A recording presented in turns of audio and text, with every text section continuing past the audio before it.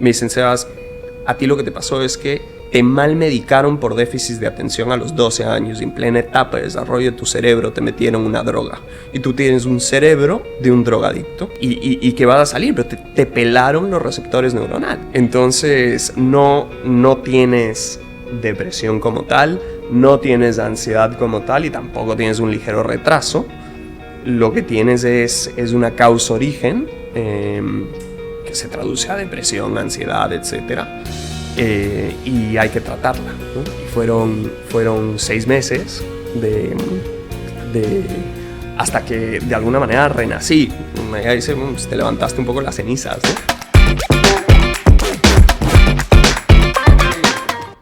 En las palabras del Padre Juan Carlos, buenas de Dios, bienvenidos a un nuevo episodio de La Plena.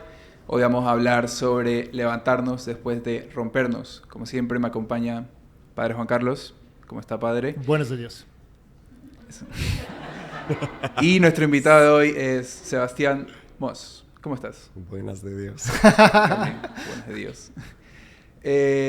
Serías el primer invitado en el podcast que conoce al Padre Juan Carlos antes de que sea el Padre Juan Carlos, ¿verdad? Correcto. Oye, tenaz, ¿no? Es rato. Sí, pero yo tengo que decir que yo le conozco a Sebastián desde que era un mocosito chiquito. Ahora es mocosote, pero antes era un garrapata. Porque yo trabajaba en un colegio. ¿Cuándo te cambiaste el colegio? A ver, yo te conocí a ti a los 10 años. ¡Qué bestia! No habían canas. No habían de canas. Ninguno de los dos. Qué fuerte, sí. Y entonces, pero déjeme explicar quién es este señor, ¿ya? Porque es graciosísimo. De repente yo era el director de... ¿Era profesor o era tutor? No me acuerdo. Era director de... Estabas ya en administración. Sí, ya. Yo era el director de orientación. Era el director de orientación. Yo tenía una empresa y a la vez trabajaba de director de orientación en el colegio. Y entonces nos dicen que se van a cambiar 2 chicos, que el hijo mayor o que el hermano mayor es un poco complicado. Entonces, normalmente, para que sepan, cuando llega un nuevo alumno al colegio, normalmente los profesores quieren saber qué onda, ¿no? O sea, si les toca, como dicen por ahí, bailar con la más fea. O sea, si te toca un chico complicado. Wow. Y entonces ya nos dijeron que el chico mayor es un poco disperso. Eso era lo que... Y efectivamente, cuando aparece... Entonces, Sebastián Moss es el tipo, cuando era chiquito, no, ahora ya no, pero cuando era chiquito era un amor, o sea, era un tipo súper simpático que estaba siempre, te metía en el bolsillo y tal, pero tenía la habilidad de nunca estar en clase. O sea, siempre se fugaba, siempre iba a conversar con los mayores, siempre iba a buscar a alguno de los directivos, siempre tenía alguna cosa importante que hacer o explicar. Yo me acuerdo que ibas a mi oficina un montón de veces. Yo el récord en el colegio de la mayor cantidad de supletorios. De supletorios. Acordarme que daban 8 supletorios. O sea, tenemos cosas en común. Ah, sí, no. ¿Eh? En serio, yo creo que fue solo una vez. Pero sí. 8 supletorios. Pero, a ver, cuando fuiste a la Intisana, habías pasado ya por otros colegios. Sí, no. El Intisana era mi tercer colegio a los 10 años. Un figura. Claro. ¿Y a qué se debía todos estos cambios de colegio? Mira, y creo que sí, bueno, o sea, era inquieto, por decirlo políticamente, ¿no? O sea, yo creo que había una mezcla de haber sido hiper relajero y las notas no acompañaban, ¿no? Que a veces si las notas no acompañan y eres tranquilo, pues está. Pero sí, sí. Total. Sí, bueno, puedo decir en defensa mía que nunca me votaron de ningún colegio. Ah, vos no te votaron. Papás eran lo suficientemente astutos para sacarme al borde de, ¿no? Claro. Pero hay que decir también que en cambio su hermano, ese sí que era un amor. Buen alumno, iba a todas las clases, estaba, o sea, todo el mundo quería quedarse con el menor y expulsarle al mayor. Sí. Esta era la dinámica. Y que es un bendito me seguía, pues, a la larga. Claro. ¿no? Qué chistoso. Pero bueno, entonces, ¿qué pasó? Porque después desapareciste del colegio. Después desaparecí del colegio. Nos tocó el 4º colegio y luego el 5º, que ya fue en Estados Unidos, ¿no? O sea, O sea, eso implicó dejarles a tus padres. Eso implicó, sí. Sí, a ver, un poco contexto, ¿no? Si bien yo era un niño muy normal, súper bendecido, pero ultra inquieto. Y definitivamente, académicamente, un desastre, un picha, sí. ¿no? Sí. Pero yo creo que, mira, en mi caso, y ahora visto con la perspectiva del tiempo, había mucha falta de motivación.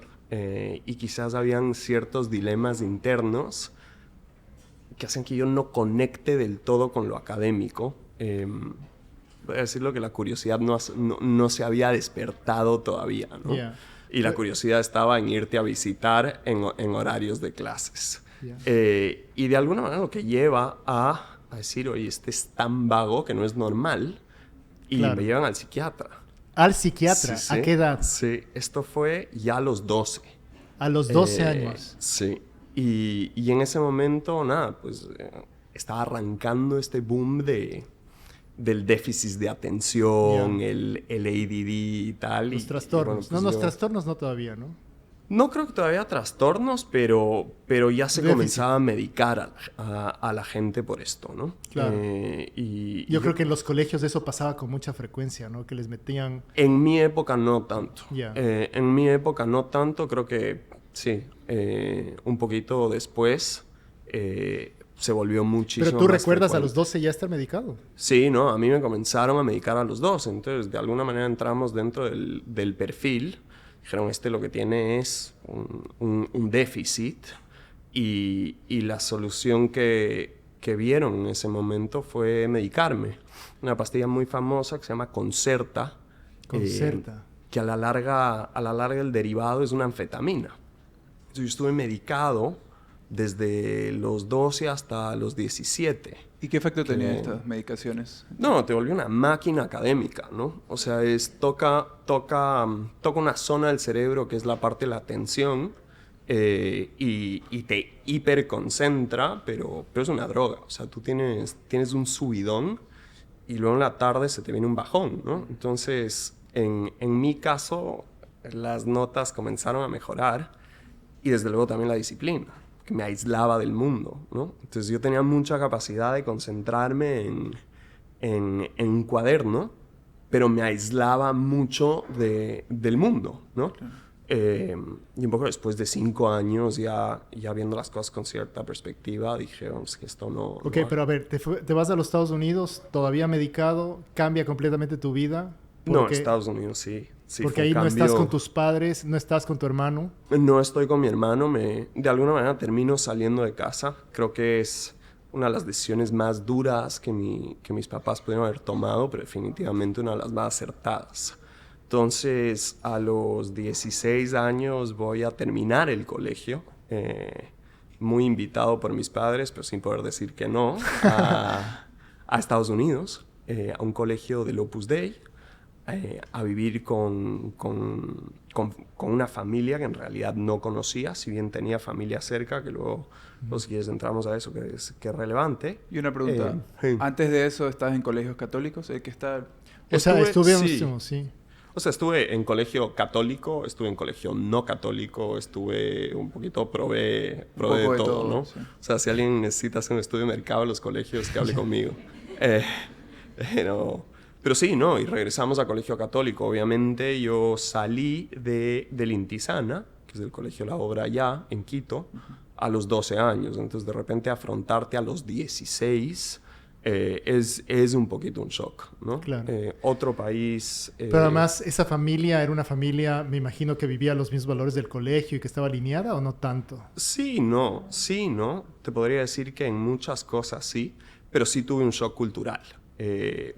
Por ejemplo, comían pizza con leche, ¿no? ¿Pizza con leche? Sí. Sí, no, esto se hace mucho en Estados Pero Unidos. metes la pizza como una galleta en la leche. No, pero en vez de Coca-Cola, Ok. o sea, sí. O- Y luego las cenas eran viendo la tele. Las Yo cenas me eran acuerdo todos eso, viendo la tele. Eso me chocó Pero era un con la montón. comida instantánea esa que vende en el supermercado o al menos cocinaban. También. O sea, un poco los dos. Pero claro, eso fue súper fuerte. Si bien una familia muy buena, pero culturalmente tenía estos temas de falta de calor humano, ¿no? Que a mí me marcó muchísimo. Claro. Y luego el colegio, la estructura del colegio, porque era un colegio muy exigente. Ahí estudia mucha gente de unos perfiles académicos altos, Total, además, ¿no? Total. O sea, mira, yo entré con contactos. Claro. ¿Cómo has hecho tu vida? Entonces, en ese momento, mi primo era el director de admisiones. Yeah. Y ese colegio acostumbraba a tener un estudiante internacional por grado. Y justo en ese grado faltaba uno. Y así nace el proceso, ¿no? Entonces le proponen a mis papás no dudan y dicen... Lógico, por favor, que se vaya el Sebastián ya. Pero claro, yo pasé no... Y esto es de verdad. Yo hasta los 16 no me acuerdo haber hecho un deber. ¿No? ¿Un deber? Nunca. Y sí, entonces de eso a pasar a un colegio excesivamente académico, donde de alguna manera tu valoración iba muy relacionada a las notas que sacabas, ¿no? Ya entras en época universitaria, entran los SATs, la gente comienza a aplicar. De no haber leído un libro, el primer libro que leí fue Moby Dick, ¿no? Que tiene inglés, casi claro. 2000 páginas en inglés. Claro. Entonces... Pero ahí el Concerta estaba a full. El Dale. Concerta estaba full, olvídate. Pero sí. Entonces, nada, fue una transición súper dura. Pero, ¿y eso lo lograste a base de qué? Porque no es que le pones al mismo ciudadano que aquí es un desastre ahí y ya... Eso era porque no tenías nada más que hacer, no tenías amigos, O sea, el ambiente sí, tampoco era... tenía amigos, pero... ¿Y seguías con sí, la medicación? Seguía con la medicación. Entonces, sí, pero... A ver, o sea, por más medicación que tengas, de no leer a leer en inglés 2000 páginas, tiene lo suyo, ¿no? Entonces sí, a ver, académico, o sea, yo creo que fue la primera vez que me topé cara a cara con el sufrimiento. ¿Ah, sí? Y sí. ¿El sufrimiento de qué? ¿De no entender? No, ¿El sufrimiento de estar de agotado no y tener que adaptarse. seguir? O sea, yo te diría ¿O el sufrimiento de estar lejos de casa? O sea, y era una mezcla de cosas, ¿no? Era un champú. Entonces, comenzar a fracasar académicamente mientras... O sea, no, fracasé hasta los 16, solo que no quería fracasar en ese momento, ¿no? Fue la primera vez que dije, bueno, vamos a sacar esto adelante. Y no conseguirlo. Luego, yo no hablaba tan bien inglés. Y llegas a una cultura totalmente diferente. Yo he sido muy amiguero siempre. Y me costó mucho la parte de hacer amigos. De hecho, nada, tenía un poco de ansiedad social, etc.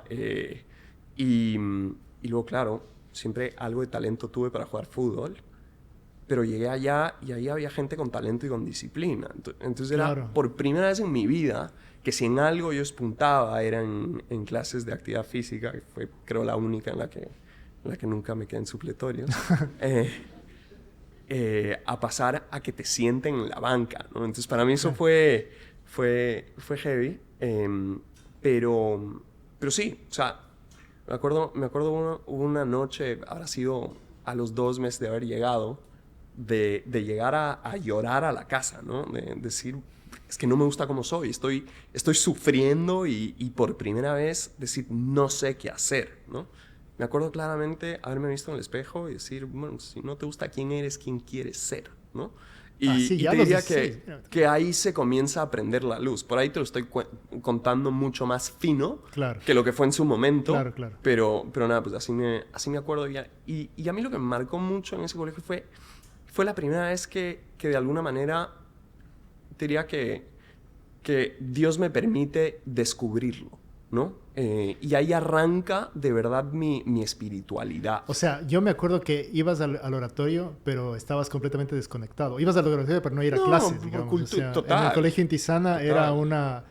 O sea, era tu pretexto. Sí. A los sí. 16, entonces empiezas a conectar más con Dios, realmente. Sí, o sea, yo creo que dejó de ser un tema cultural De costumbre. de costumbre, de decir, bueno, Por mis cumplir, papás sí. van, estoy en una sociedad larga católica, siempre desde niño creía en Dios, ¿no?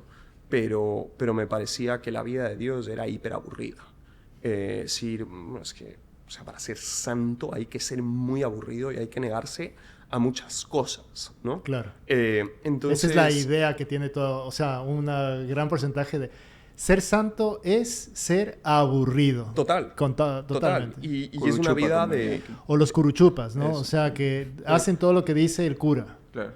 Pero sí es muchas veces una primera visión que uno tiene frente a la vida de Dios, ¿no? Y a mí Estados Unidos me marcó un montón. ¿Por Pero qué? los más católicos no eran esa familia donde llegaste, digamos. No. Sino era más bien el ambiente que te encontraste en el colegio o tus primos o... Bueno, estaban mis primos ahí, que nada, pues ya tocaré eso, pero te diría que fue todo el entorno, no fue tanto la familia. Ya. O sea, no puede ser tan cool si comes pizza con leche. Ya. Es que acuerdo. sí. Entonces, pero a mí lo que me marcó mucho es, uno, había sufrimiento y habían ganas de salir. Y por el otro lado, comencé a ver gente que iba a misa todos los días en el colegio, pero que eran súper atractivos. O sea, de alguna manera, gente fit, gente divertida, gente que, no sé, o sea, gente chistosa y sobre todo con mucha calidad humana. Entonces, y ahí te hablo desde profesores hasta gente que por ahí era un poco mayor a mí en el colegio y en el Alumnos. ambiente. Y comencé a ver algo ahí, decir, veo mucha gente a la que yo me quisiera parecer que tienen en común. Y comienzo a ver que esta gente tenía a Dios en su vida, ¿no? Y de alguna manera muy encarnada esa santidad de jeans, ¿no? O sea, yo acuerdo una de las cosas que a mí me chocó mucho es entre un colegio muy conservador, pero muy libre, al ser privado y al no estar regulado por las normas del Estado, etc. Entonces, veas profesores que los viernes por ahí salían al jardín, se fumaban un tabaco y se tomaban una cerveza. Pero eran los mismos profesores que veías en misa, ¿no? Claro. Y Oye, que digo había eso, algo, ¿sabes ¿no? que aquí alguien me estaba comentando el otro día qué es lo único que no te gusta de la plena? Dice que el cura va con cerveza. Sí, porque yo al final me cojo mi cerveza, pero Quieren privar Pero de es- su placer de tomar cerveza. no, o Pero sea, te contó por qué, ¿o no? o sea, porque se ve feo un cura. El blanco y el verde que de la botella tal vez no pega. Sí. Pero Yo he visto a Benedicto tomando cerveza. en un sí, video. no, sí, pero es como es parte de lo que uno tiene Mantener en la una cabeza. imagen como que... Sí. Sí, del inconsciente colectivo, o sea, de que uno Claro. tiene esa imagen y tal. Pero yo creo que es interesantísimo que la gente viva con naturalidad. El catolicismo siempre es et, o sea, esto más esto, no niet, Claro. niet, ni esto ni esto, ¿no? O sea, la alegría que uno puede tener sin pasarse de la Sí, raya, sí. ¿no? Tus profesores ahí, un tabaco, una tal, y Sí, sí. nadie se escandalizaba, me imagino, ¿no? No, o sea, yo te diría, nadie se escandalizaba y luego era una vida súper ordenada. Claro, es que ¿sabes? eso tiene que estar conjunto. Claro. Entonces, O sea, sí. cuando me vean con 3 o 4 cervezas, ahí sí se ponen... Pero una, no El creo. primer milagro fue transformar el agua en vino. Así es. O sea que, Sí. genial.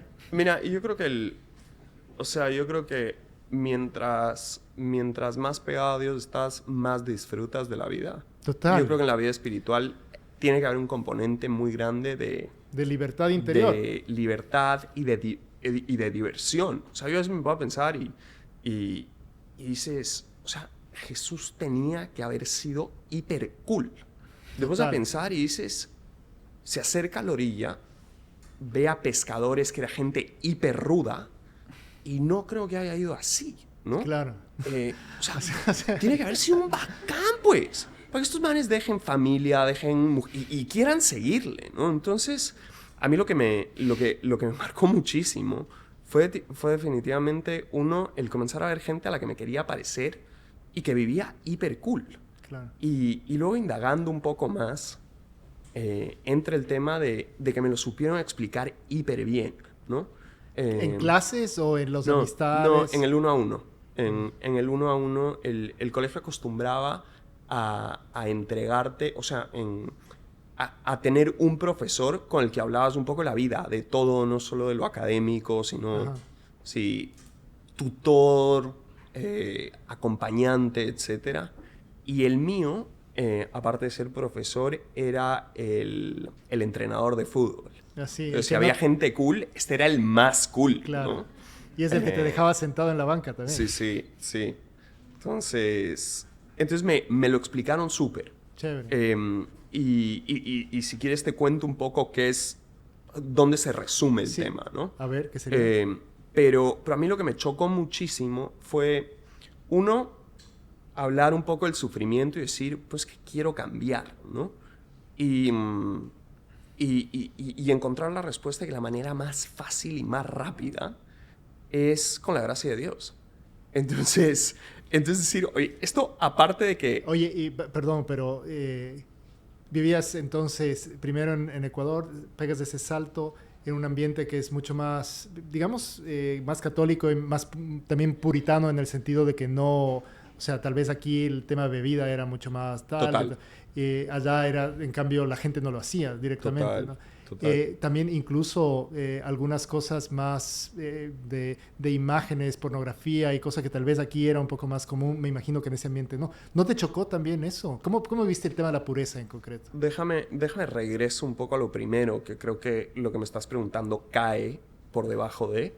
Pero nada, o sea, un poco me explicaron el catolicismo de la siguiente manera, y es uno, todo parte y todo se reduce al hecho de que Dios te ama. Punto. Y que Dios quiere tener una relación personal contigo, porque un poco en ese proceso de mi acercamiento a la iglesia acá en Ecuador, era el de ver un Dios muy lejano, ¿no? Que existe, pero que te impone una serie de normas. Entonces, es uno, Dios te ama, quiere tener una relación personal contigo, quiere bailar contigo en tu vida, ¿no? Y si te marca una serie de parámetros y normas, es para a la larga protegerte de que no sufras y no generes sufrimiento en los demás. Y que de alguna manera tú vales más que todas las estrellas y todos los mares y todo lo creado, ¿no? Y un poco que si tú serías el único ser humano en la Tierra, Dios habría dado la vida por ti, ¿no? Entonces a mí eso me marcó. Y luego cuando comienzas a practicar y ves que Dios de repente te comienza a hablar y comienza a rezar y a entablar ese uno a uno y ver que su mano está en tu espalda por donde vas caminando, pues ahí hay un rompimiento, ¿no? Claro, entonces esas reglas que son las que sigues para no hacerte más daño, ahí entra todo. Entra Sí. la templanza, la pureza, entra la relación con los demás, claro, no permitir que haya envidia, el no permitir que haya como los resentimientos. Entonces, eso es...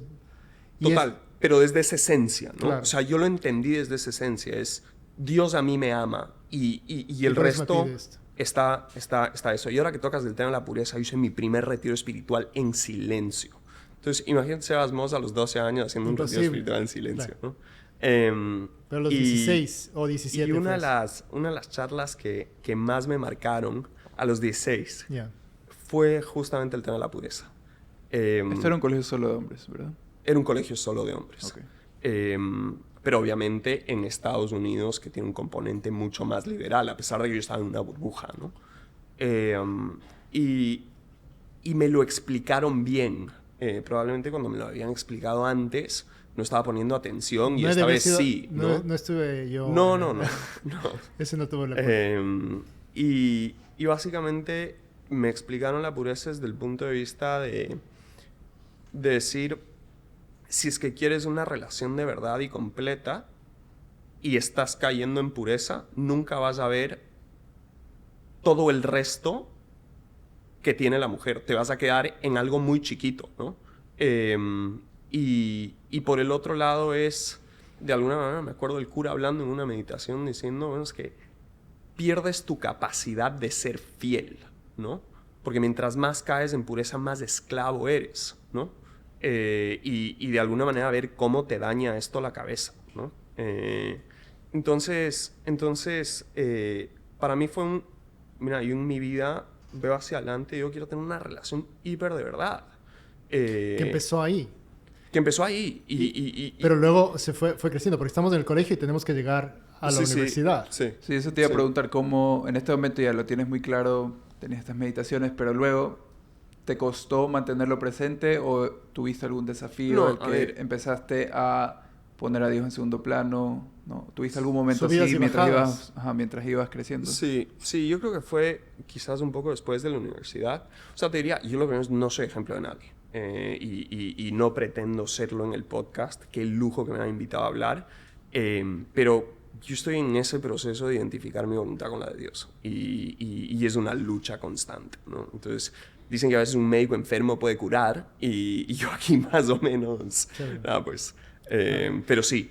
De todas Em, formas, el salto a la universidad, porque ahí cambiaste de país, volviste a cambiar de país. Ahí volví a cambiar de país. Entonces, nada, terminamos en Estados Unidos, llega el tema universitario y de alguna manera a mí como el Opus Dei me hizo tan bien y fue un entorno donde encontré una felicidad mucho más profunda y de verdad dije, bueno, pues, vamos a ir a la Universidad de Navarra, ¿no?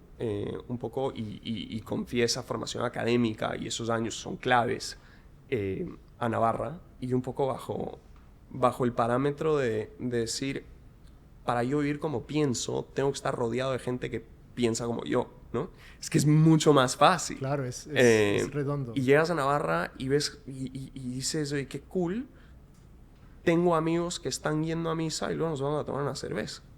Y incluso por ahí después salimos en un date, ¿no? Pero está Cristo en el medio, ¿no? Y nada. O ¿Y sea, qué empezaste a estudiar? comencé a estudiar Derecho. Derecho. Sí. Sí.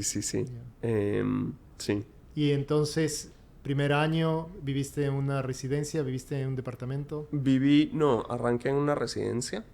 ¿Y ahí sí te votaron o no? No, ya era otro ser humano. De hecho, me daban las llaves. ¿Te daban las Sí, llaves? sí, No.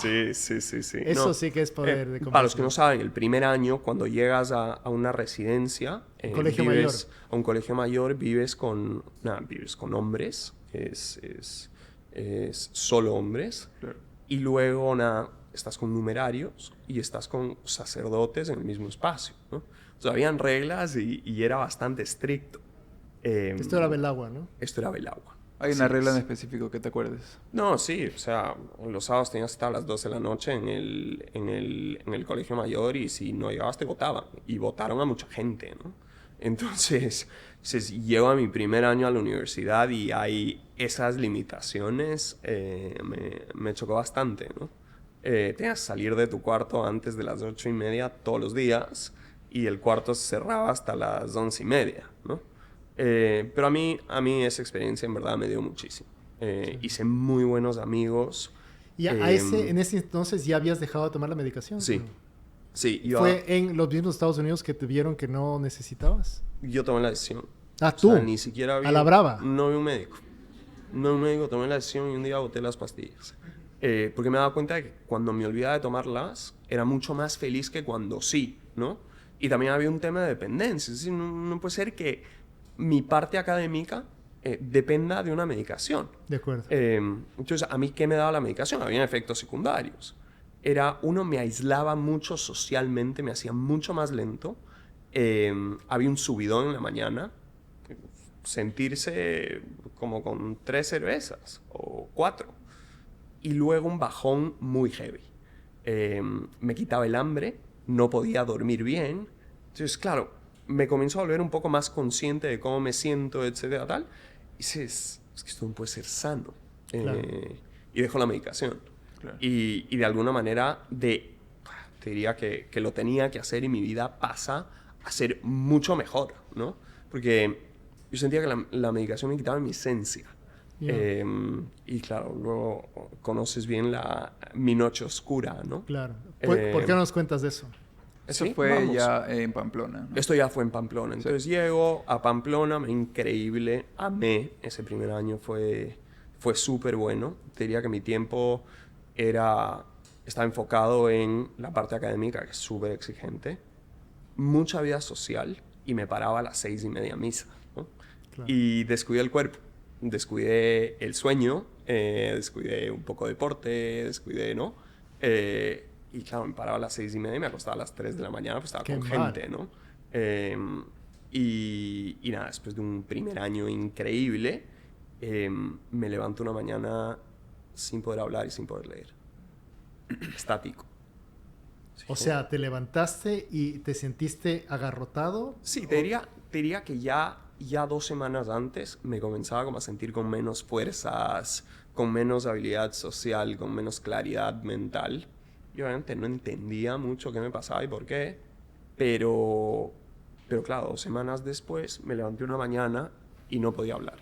Preguntabas cómo estás y tartamudeaba la respuesta. Y no podía leer. Entonces, si tú me pedías que yo lea en voz alta,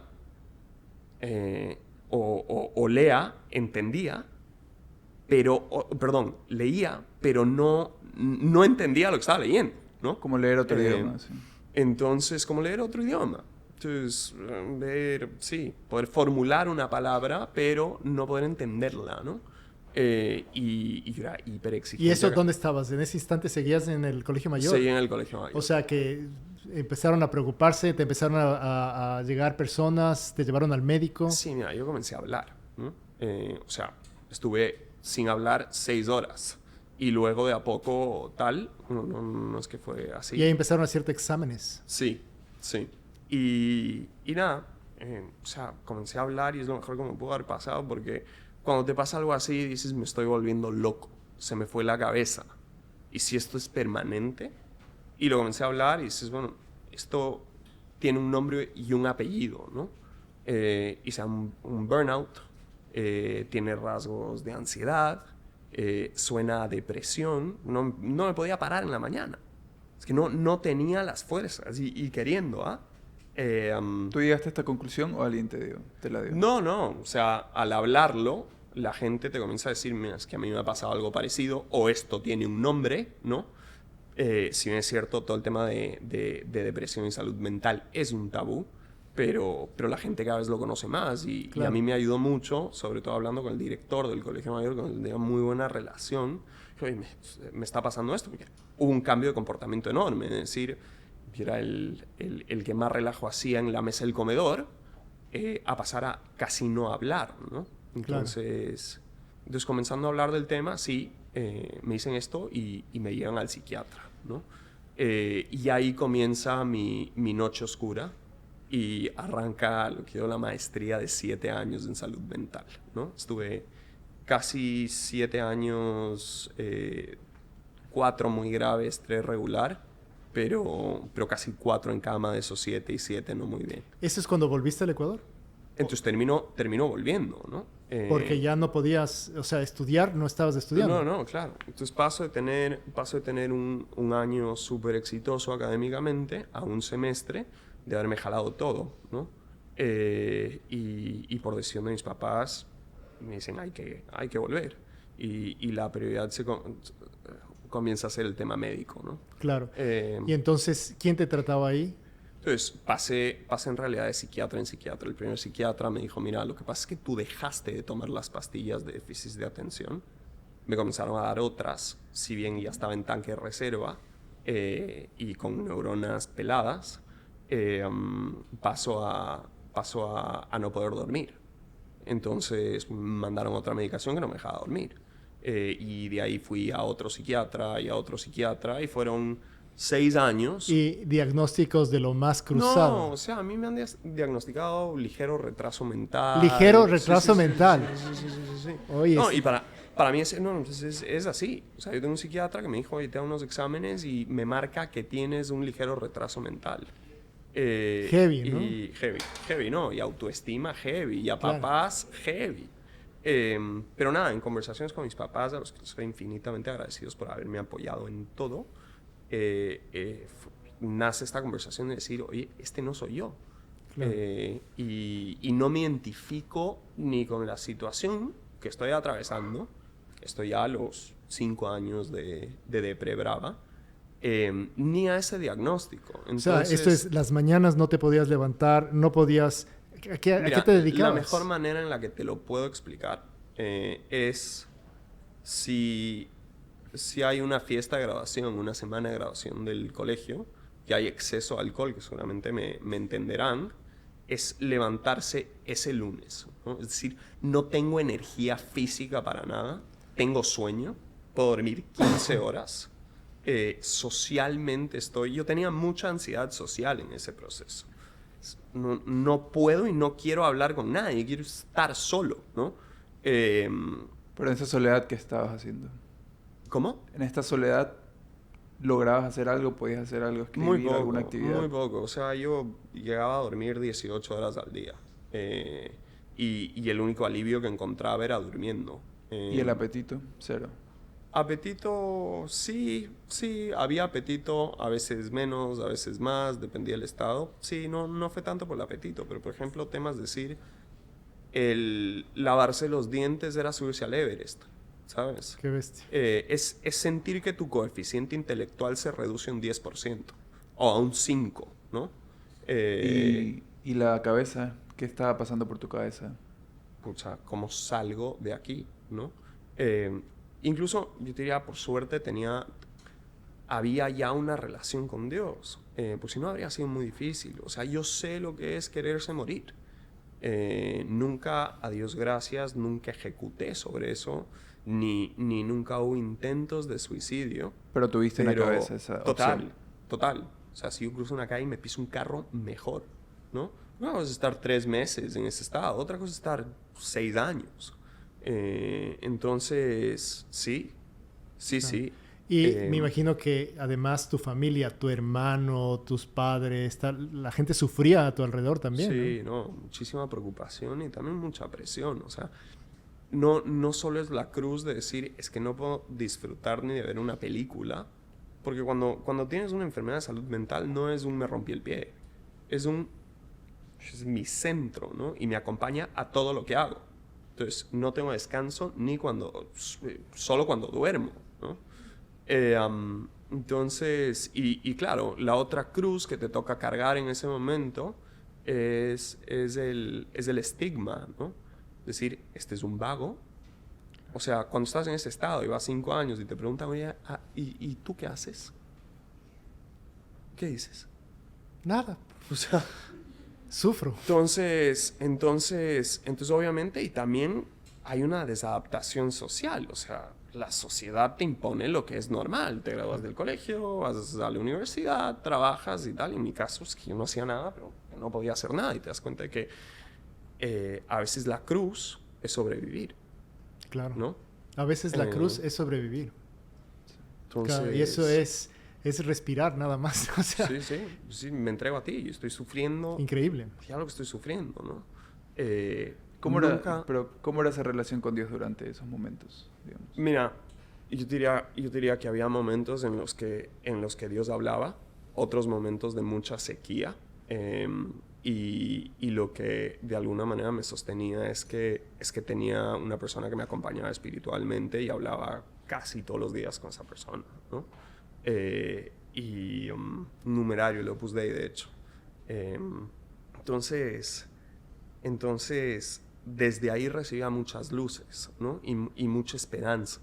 Y cuando Dios hablaba también en esos momentos era muy fuerte, ¿no?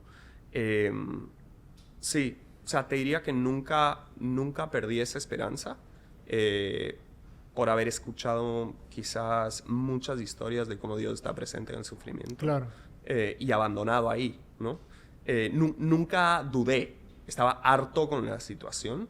Y muchas veces... Pero nunca pasó esto que, me traicionaste, me estás castigando. Sí, obvio. O sea, sí, de momentos, ¿no? O sea, yo sé lo que es estar cabreado con Dios. Nunca dudar de si existe o no en ese proceso. Pues sí. Está molesto, lógico. Sí, tener... Oye, y claro, cuando decides volverte entonces al Ecuador, ¿cómo seguías los procesos? Porque tus psiquiatras estaban allá. Bueno, sí, desconecté con los psiquiatras allá, encontré uno que me entendía más y me ayudaba, pero no fue tan efectivo. Entonces, aquí en Ecuador veo a este psiquiatra, luego veo a otro. Yo me he tomado todas las pastillas habidas y por haber de depresión. Entonces, yo habré tomado 6, 7 pastillas de depresión distintas. Y claro, un poco rata de laboratorio, ¿no? Claro. Con psiquiatras probando, oye, a ver si le funciona, y con todos los efectos secundarios que hay. Entonces, si algún rato alguien quiere algo divertido, que hable conmigo, porque sé, o sea, sí. Entonces nada, entonces pasa todo esto, llega el diagnóstico de ese ligero retraso mental y eso les despertó a mis papás, me despertó a mí, dio origen a una conversación y dijimos necesitamos ayuda afuera y busquemos ayuda afuera, ¿no? Y por diosidencias de la vida, porque Dios está presente, pues, a veces si uno se cuenta la historia de su vida se da cuenta de cuántas pocas cosas dependen de uno y entran en el abanico de la casualidad o de la diosidencia. Claro. Diosidencia, no casualidad. Pero nada, hablo con la persona que me acompañaba mucho en España y me dice, fíjate que te he sacado una cita con Marian Rojas. Marian Rojas de Estapé. Marian Rojas de Estapé, la psiquiatra. Entonces yo fui paciente de Marian. Y Marian a la par de un neurólogo me terminan sacando adelante. Me dicen, Sebas, a ti lo que te pasó es que te mal medicaron por déficit de atención a los 12 años y en plena etapa de desarrollo de tu cerebro te metieron una droga. Y tú tienes un cerebro de un drogadicto. Ah, sí. Sí. Y que vas a salir, pero te pelaron los receptores neuronales. Entonces no tienes depresión como tal, no tienes ansiedad como tal y tampoco tienes un ligero retraso. Lo que tienes es una causa-origen que se traduce a depresión, ansiedad, etc. Y hay que tratarla, ¿no? Y fueron 6 meses hasta que de alguna manera renací. Ella dice, te levantaste un poco las cenizas, ¿no? Y ahí arranca mi vida nuevamente y esto hace 4 años.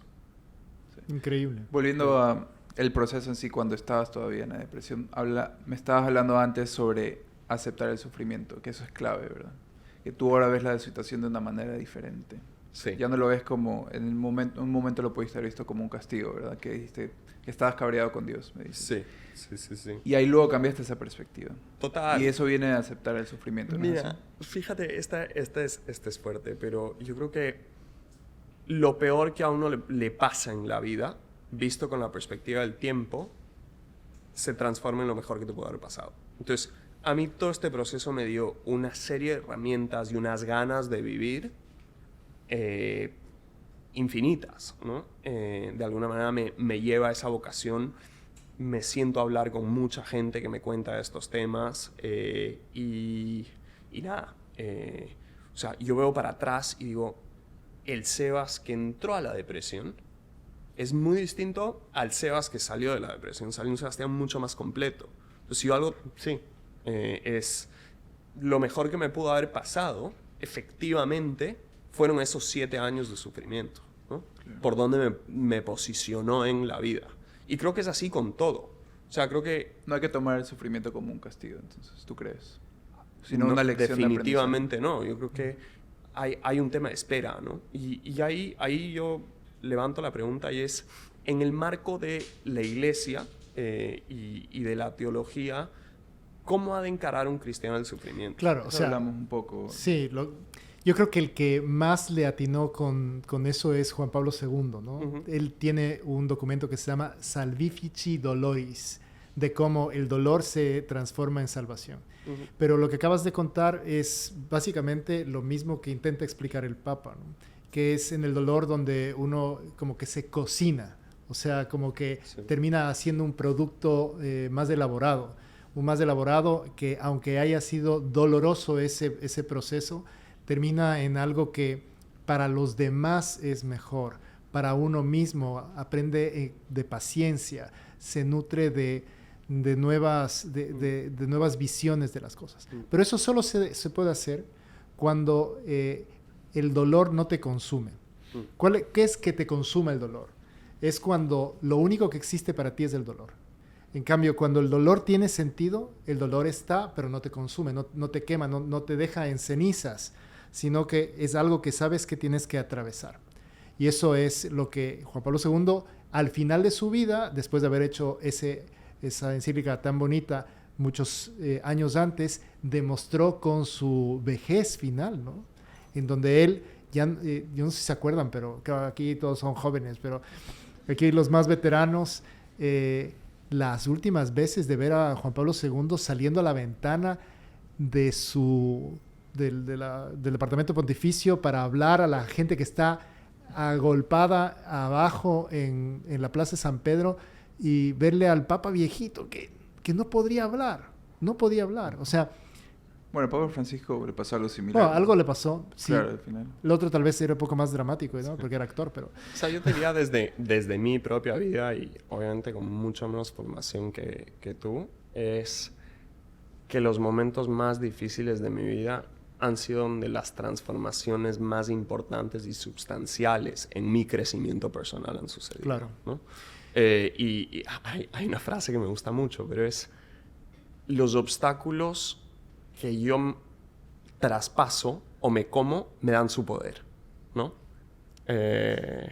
Así, suena Pokémon. A ver. Sí. O sea, a la larga, si yo encaro el estudiar cuando estoy cansado, Claro. estoy ganando fuerza de voluntad, Total. estoy creciendo en poder, ¿no? Y así mil ejemplos. Claro, bueno, no pain, no game es el mismo... Sí, pero visualmente, digo, sí. si es que yo lo paso, es que en verdad me dan power, ¿no? Claro. Lo que no te mata te hace más fuerte. Sí. También. Sí. Clásico. No, es que yo creo que es parte de la sabiduría, digamos, culturalmente dispersa de muchas formas. Pero qué importante es el no verlo como algo que bueno que acabó y tal, sino como algo que me dice que bueno... Cosa, claro. No, qué bueno que pasé por ahí. Sí, pero también qué bueno que acabó. No, claro. que no vuelva, claro. Pero qué bueno que pasé por ahí. Es una cosa... O sea... Sí, yo recuerdo, perdón, voy a contar una cosa súper breve, pero después me gustaría que vayamos... No, es más, no voy a contar eso porque me interesa más bien que vayamos a eso. Porque yo me acuerdo, una de las lloradas más grandes que me he pegado yo, ya de viejo, fue con este señor. Increíble. O sea... Yo le he visto llorar al padre. Y además, no es que no estaba yo especialmente sensible. No por mí, cabe recalcar. No. Bueno, vos me hiciste llorar, pero me hiciste llorar contándome la historia de tu prima. Porque el primo de Sebastián estudió conmigo en Roma. Los dos estábamos estudiando para ser sacerdotes. Y en ese interín fue la hermana, que era una hermana menor, y ahí le conocí, se llama Mary. Y una chica fabulosa, o sea, realmente fue con tu abuelo, Sí. el viejo Moss, y que también era un personaje tal. Y recuerdo que nos llevaba unas galletas y yo me quedé muy impresionado por su afabilidad. Se movía en la casa con tal... habrá tenido en ese instante unos 22 años, 23. Y después de esto le voy a recoger o te iba a dejar, no me acuerdo, pero aquí acabas de volver a los Estados Unidos. Te era. Te fuiste justamente a verles y ahí me contaste lo que había contado. ¿Por qué no nos cuentas? Entonces, mi prima Mary, que mis tíos tienen 4 hijos. Y bueno, ella era la única mujer de ¿Y la menor? 3 hombres, una mujer, la menor. Pero era el alma de la familia, en verdad. O sea, de alguna manera, mejor amiga de su mamá, de sus cuñadas. Era la que de alguna manera te organizaba una fiesta. Si es que tenías que decorar tu casa, era la que te daba ideas. Entonces, tenía una onda y le metí un alma a todo lo que a la vida familiar como tal. Sí, era muy piedra angular. Entonces Mary se muere a los 8 meses de dar a luz a su segundo hijo. Y nada, le comienza a doler la espalda después de haber dado a luz a su segundo hijo. Van, le hacen un chequeo. Y en la radiografía le diagnostican un cáncer muy fuerte en el que tenía tomado todo el cuerpo. Pasan 5 meses de quimioterapia y se limpia. Y de alguna manera la declaran en remisión. Y pasan unos cuantos meses más, una alegría que no te puedes imaginar en la familia después de ese diagnóstico, pero ella se comenzó de repente cuentan ellos, ¿no? Te preguntaba hoy dónde queda el baño, ¿no? Y en la casa en la que ella había crecido toda su vida. Entonces inmediatamente la llevan al hospital y nada, le diagnostican un cáncer cerebral y a las 3 semanas fallece, ¿no? Pero, si bien historia muy dura, uno se da cuenta, incluso ahí, a través de ese testimonio, que es una historia súper potente, que Dios no se muda, ¿no? Ella se muere diciendo qué bendecida que soy. Son las últimas palabras que ella dice. Qué bendecida que soy. Qué bendecida que soy. Aquí es cuando ya me rompiste. No, después.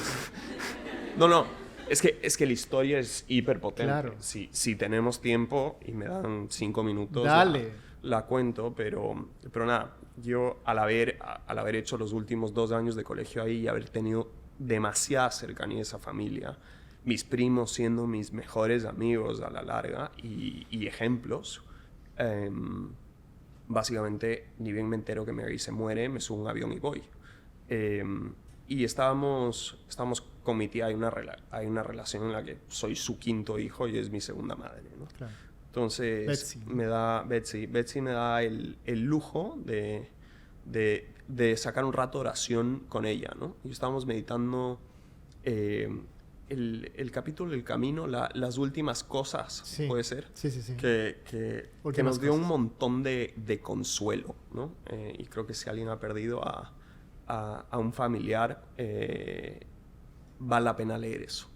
Entonces nada, básicamente terminamos la oración y yo no sé por qué, pues se me ocurre decirle a Dios, mira, no porque lo necesitemos para creer en ti, pero simplemente por el consuelo de nuestros corazones, si es que nos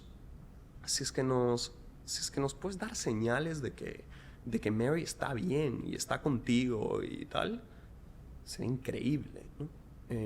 Y nada, cerramos el rato de oración y tal, y me comienza a contar mi tía. Me dice, fíjate que nada, básicamente el esposo de Mary escoge a mi primo mayor para que le acompañe en todas las decisiones médicas de Mary durante su proceso. Entonces, mi primo mayor fue el que más cerca estuvo de ella y de todo el proceso. Y nada, pues mi tía me comenzó a contar, imagínate que el día que Mary se muere, Richard estaba escuchando la música de ella durante todo el proceso de su enfermedad. Se muere... ¿Qué es música de ella? Bueno, tenía toda la onda del mundo, pues. ¿Pero ella Entonces, cantaba o era música que no, su no, playlist? playlists digamos? de Ya, ok. ella de Spotify. Ok. Igual cantaba, pero Ya. sí. Y nada, se muere Mary, dice, I am so blessed. Se quedan haciendo un rato de oración, la familia ahí en el los cuarto 5. del hospital, y él sale. Bueno, ya se termina, se van, y él se sube al carro y dice, mi corazón no puede seguir escuchando la música de Mary, ¿no? Entonces pone una canción en aleatorio que se llama Green Green Grass. Y un poco los lyrics son Green Green Grass, Blue Blue Skies, you better throw a party on the day that I die, ¿no? Ay, entonces, qué fuerte. Esta era la esencia de Mary, ¿no? Entonces, claro, él llama al resto de los hermanos, yo no había llegado todavía, y esa noche montan una fiesta en celebración de la vida de Mary, ¿no? Y yo llego al día después, pero me dice, oye, esta fue una señal, ¿no? Pone shuffle en Spotify, la primera canción que le sale es Green Green Grass, ¿no? Al subirse al carro, después de salir del cuarto donde se acababa de morir su hermana hace hora y media. Entonces, sigo conversando con mi tía y me comienza a contar cosas. Y me dice, mira, ¿tú sabes que Mary era una niña arcoíris? Digo, ¿cómo? O sea, me dice, ¿sabes que Mary tenía una relación muy especial con los arcoíris? Me dice, de repente me traía a mis nietos vestidos de pies a cabezas de arcoíris, ¿no? Y obviamente, familia hiperconservadora en Estados Unidos. Claro. De repente mi tía le decía, oye, todo bien que te guste el arcoíris, pero tú sí sabes qué significa esto, ¿no? No quiero bisnietos con la bandera de LGTBI, claro. ¿no? Entonces claro, ella que tiene una personalidad enorme le decía, mira, es que el arcoíris es nuestro, ¿no? Y en fin. Y luego me dice, ¿tú sabes que Mary era una niña arcoíris? Se les dice niños arcoíris a los que nacen después de una persona muerta, ¿no? O sea, de un aborto. Sí, en vida. En vida. Entonces, un niño arcoíris es un niño que nace inmediatamente después de un hermano mayor que muere en vida, ¿no? Yeah. Entonces, es un poco el sol después de la tormenta, el arcoíris, tal. Mi tía tuvo una pérdida. Nació la hermana mayor de Mary. Y se muere a los 5 días, luego nace Mary, ¿no? Yeah. Entonces, en realidad mis tíos tienen 5 hijos, Yeah. y mencionan a las 2 niñas mucho, ¿no? A la primera, o sea, a la primera la Que conocieron duró menos. 5 días, claro. Y me dice, mira, fíjate esto. Y luego me dice, mira, tú sabes que Mary a los 20 años le encantaba una canción. Y esta canción se llama If I Die Young. If I Die Young. Y los lyrics te dicen, If I die young, Lord, make me a rainbow. I will shine down on my mother, and she will know I am safe with you when she stands under my colors. Entonces, nada, llegan los 3 días de velación, misa, entierro. Hay una velación muy potente. Luego hay una misa donde cocelebrada por 15 sacerdotes. Qué bestia. Y una de las imágenes que a mí me marcan mucho es después de la misa bendicen el ataúd y ves los curas en fila llorando a la hora de bendecir el ataúd, ¿no? Muy potente. Y el día del entierro hay básicamente a ella le gustaban mucho las fiestas blancas, entonces todos vestidos de blanco y se veía de alguna manera una fiesta para celebrar su vida. Entonces ella le entierran, su mejor amiga cantaba, ella estaba vestida de seda, le entierran al lado de un río, que bueno, luego tiene relación, ¿no? Pero hay una misa de acción de gracias después y comienza el almuerzo. Y de repente veo que mi tía sale corriendo y se arrodilla del lugar donde estábamos, sale de donde estábamos almorzando y se arrodilla en el césped y comienza a llorar. Entonces inmediatamente todos salimos y vemos un arco iris centrado en la tumba de Mary, ¿no? Entonces ahí dices, If I die young, Lord, make me a rainbow. I will shine down on my mother, and she will know I'm safe with you when she stands under my colors. ¿Cómo no voy a llorar con eso? Dios no se muda. A ver, dime, ¿cómo no? Después te ponemos los subtítulos en el video, pero, oye, ¿cómo no vas a llorar con eso? Y yo me acuerdo que íbamos en el carro, el man me iba contando eso, y yo no podía parar. O sea, yo el hombre duro ahí, pero no podía parar. Increíble. Claro. Es de más, los momentos más íntimos que hemos tenido, en verdad, si no el que más. qué fuerte, sí. Sí. Entonces, No, es que era sí. una chica fuera de serie. Y claro, se quedaron los 2 bebés. Sí. Ahora, Dios es increíble cómo hace, porque fíjate que hemos hablado del dolor. Y esto, cómo enfrentas el dolor, depende cómo también tienes tu fe. Es que yo creo que tolerar si yo no habría tenido a Dios en mi vida, yo me habría suicidado. Así te la pongo. O sea, es que yo creo que manejar ciertos grados de dolor sin creer en Dios es imposible. O es muy difícil, o es incluso más heroico, ¿no? Tal vez, sí, claro. ¿Sabes? Sí. Sí. Increíble. Tú tenías algo en tu cuaderno, ¿verdad? Que tenías ese cuaderno. Sí, Lo acabas de algunas abrir cosas. Creo que hemos tratado casi todas. ¿No Si querías quieres dejarnos un par de Sí, consejos de las cuales herramientas que aprendiste durante eso? durante el sufrimiento, encantado. Mira, la resumo breve. La cruz a veces está en sobrevivir. Sí, eso lo dijiste. Muy bueno. Que alguien que admires y que esté cerca de Dios te acompañe en el proceso de sufrimiento es Oye, clave. eso es clave y me parece que, fíjate cómo salió el chico que te ayudaba en España, luego el director espiritual, luego la gente que estaba alrededor de tu prima también, o sea, Vida. el soporte espiritual no es automático y automedicado, digamos, sino que necesitas de alguien que te acompañe. Mira, y esto me atrevo a decirlo sin criterio alguno, pero yo creo que es muy difícil avanzar en el conocimiento de Cristo y en tu vida espiritual sin una persona que te acompañe. Ya saben dónde encontrarme. Entonces... No, pero es increíble. Ahora, por cierto, eso no solo hace un sacerdote, ¿eh? Porque tú has puesto aquí ejemplos también de personas que no son sacerdotes, que te han ayudado en ese proceso? Tu profesor, tu coach, y tu Numerarios. profesor y tal, ¿no? Sí, queda así. Aprendí mucho de esperanza. Viendo para atrás, algo que me sostuvo mucho es esperanza, ¿no? Pero la esperanza de que todo iba a pasar, o la esperanza de que... Todo Creo esto era que por son algo. dos. Todo tenía un propósito El plan Ya. de Dios. en el plan de Dios. Claro, esa esperanza es la que ve al... El no al- saberme solo, ¿no? Claro. Y creo que esa esperanza te debe aceptar. Luego está la gratitud. La gratitud es enorme.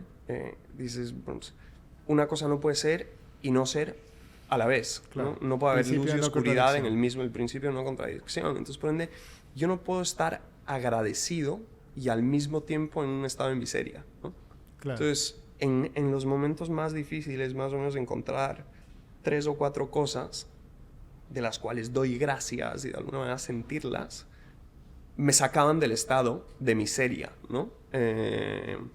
Y nada, hoy en día la gente que estudia la felicidad te dice que las personas agradecidas son un 33% más feliz que las personas que no son De acuerdo. agradecidas, ¿no? Buenísimo. El cuerpo es clave. De alguna manera, Dios vierte su gracia en una fuente, y esa fuente es nuestro cuerpo, donde Claro. hay espíritu y tal. El cuerpo creo que hay que cuidarlo. Creo Total. que uno reza mejor y vive mejor Total. si es que tiene niveles de energía, si es que uno hace deporte, come más o menos bien, duerme, la vida cambia. Entonces, a esa fuente de gracia creo que hay que cuidarla. Y yo me comencé realmente, o sea, mi proceso de mejora es súper interesante, pero en verdad comenzó a mejorar en la medida en la que yo comencé a aceptar la situación, ¿no? Y una aceptación activa, que es básicamente decir, oye, ok, esto es muy difícil, pero ¿cómo puedo verle bondad y valor a lo que me está pasando, ¿no? Claro. ¿Qué capacidades de alguna manera puedo desarrollar en ese proceso? Y es decir, pues, lo acepto, ya trato de no rebelarme contra esto. Y en un mismo día, una misma situación, probablemente te toca aceptarla un sinfín de veces, Claro. ¿no? Y lo otro que te diría es que al sufrimiento hay que partirlo, ¿no? Si yo corro una maratón, si estoy pensando en que me quedan 41 kilómetros, probablemente no llegue. Pero si digo, bueno, solo tengo que llegar al siguiente kilómetro, y ya llega el segundo y voy a pensar en el tercero, el sufrimiento de esa maratón se hace mucho más digerible, ¿no? Claro. Entonces, eso... Pero diría, eso, ese eso es un también poco se lo que veo, aplica ¿no? al levantarte una mañana, al hacer una cosa, o sea, al Sí, yo creo que al activo a la y al pasivo, siguiente, ¿no? a la siguiente reunión con la psiquiatra, Sí. o sea, en mi caso era de cita médica a cita médica, ¿no? Y eso obviamente lo comencé a entender después, pero era, ok, mi siguiente cita con Marian es en 2 semanas. Entonces tengo que esperar a esa siguiente cita, ¿no? Claro. Y no me replanteo mucho más y si es que voy a salir o si es que tal, sino digo, es que tengo que llegar a esto, ¿no? claro, Y como un objetivo poco de vida, claro. decir, un día a la vez y se acabó, Claro. porque si no la ansiedad me come vivo, Lógico. ¿no? Entonces, sí. Chévere. Y el concepto de decir, yo creo que las peores cosas que a uno le pueden pasar, vistas con la perspectiva del tiempo, se transforman en lo mejor que a uno le pudo haber pasado. De acuerdo. ¿no? Yo creo que esa es la frase de cierre ideal para esto. Plena final. La plena final. Tenemos unas 4 preguntas para terminar el podcast. Como te conté, respuesta súper rápida. Ujú. Pregunta número 1. ¿Cuál es una idea equivocada que la gente tiene sobre la depresión? Pregunta que... idea equivocada sobre la depresión. Te diría que la gente te dice que depende de ti. Y que de alguna manera, si tú quieres, a punta de pensamientos positivos o a punta de ganas, sales adelante, ¿no? Es decir, al final, la depresión como tal, en la mayoría de los casos, es una patología. Si tengo roto un meñisco, no puedo correr una maratón. Y tampoco puedo salir de mi depresión a punta de ganas, ¿no? De acuerdo. Muy bueno. Entonces, sí. Pregunta número 2. Si pudieras cambiar algo de tu pasado, ¿lo harías? Es súper interesante la pregunta. Creo que a veces pensar en cambiar el pasado no es tan útil. porque no lo puedes cambiar, pero sí puedes aprender del pasado, ¿no? Si me preguntas de que hay cosas en mi vida que me arrepiento, te diría 100%, ¿no? Dicen que todo santo tiene un pasado y todo pecador un futuro. Bueno, yo espero tener un futuro, ¿no? Y fíjate que justo preparando esta charla nace un tema, ¿no? A mí este espacio me ha servido en mi conversión personal, ¿no? Yo me acuerdo haberle dicho en algún momento al Señor en ese proceso, sácame de esto y le dedico mi vida a servirte, ¿no?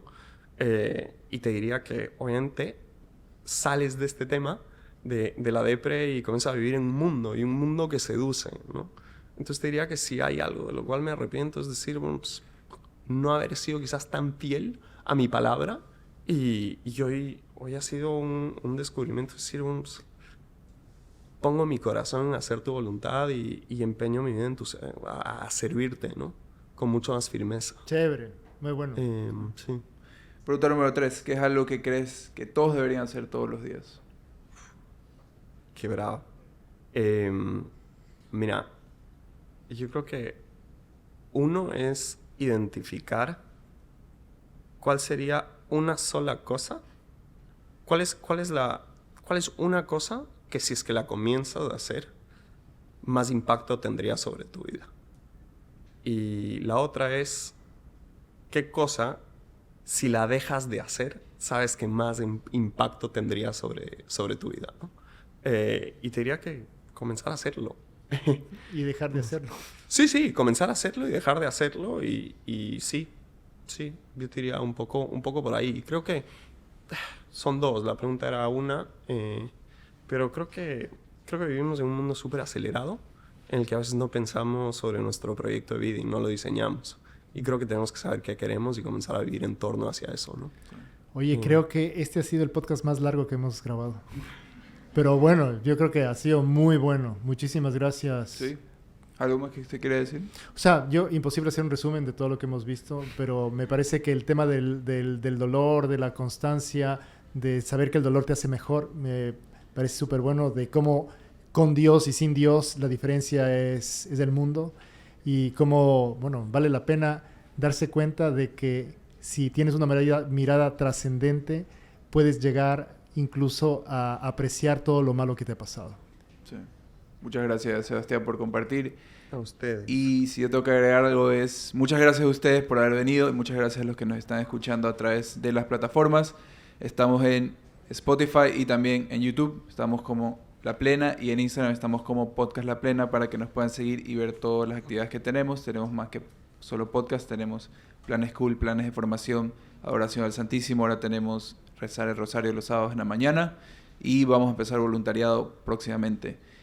Eso, muchas gracias otra vez por escuchar y gracias por compartir, Sebastián. A ustedes. Gracias. Qué chévere estar.